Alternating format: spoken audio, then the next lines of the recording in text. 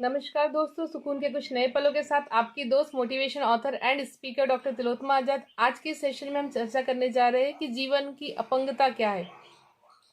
अर्थात रातों में नींद नहीं आती, बेचैनी बनी रहती है और ये आजकल हर दूसरे व्यक्ति की समस्या है।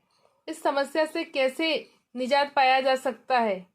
ये समस्या बहुत साधारण भी है और बहुत गंभीर भी। इतनी साधारण है कि इसका इलाज चुटकियों में किया जा सकता है और इतनी गंभीर है कि इसकी कोई दवाई नहीं है। चलिए एक छोटी सी कहानी के माध्यम से इसे समझते हैं। एक सेठ जी थे, बहुत सारी धन संपदा के मालिक थे, बहुत बड़ी सी हवेली, कई नौकर चाकर, भरा पूरा परिवार, सुख सुविधा और ऐसी कोई भी चीज की कमी नहीं थी सेठ जी के पास जो उनके पास ना हो। सारा वैभव, सारा ऐश्वर्य सेठ जी के पास था। लेकिन सेठ जी के पास एक समस्या थी, वह थी कि उन्हें रातों में नींद नहीं आती थी। यदि नींद लग भी जाती थी तो रात में उन्हें बहुत बुरे बुरे सपने आते थे, जिसकी वजह से उनकी नींद खुल जाती थी।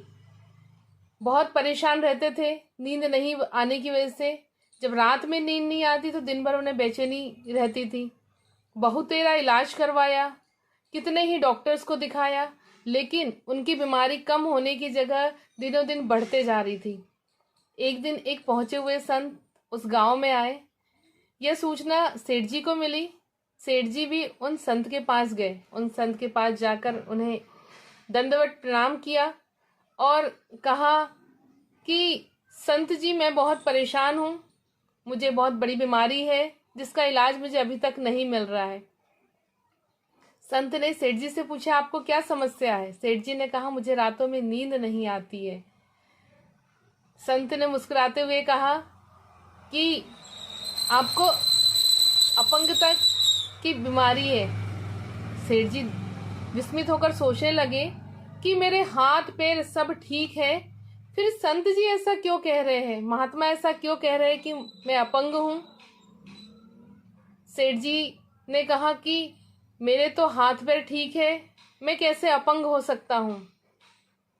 महात्मा ने कहा कि हाथ पैर होने का अर्थ ये नहीं कि आप अपंग नहीं हैं। जब तक कि हम इन हाथ पैर का उपयोग नहीं करते तो हम अपंग ही कहलाते हैं।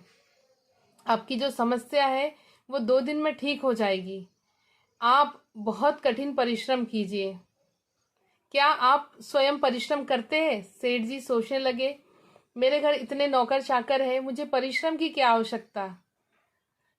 महात्मा ने कहा कि अगर आप स्वस्थ होना चाहते तो मेरी बात मानिए और 2 दिन कड़ा परिश्रम कीजिए।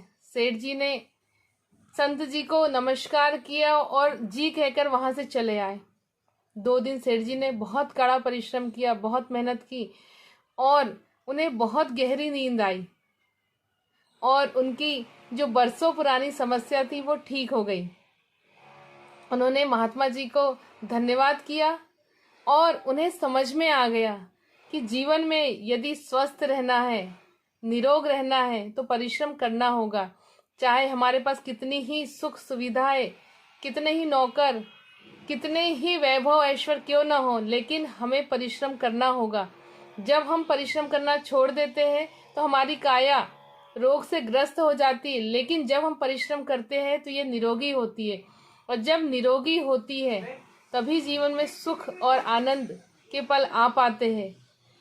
सुकून और आनंद के कुछ नए पलों के साथ आपसे पुनः मुलाकात होगी।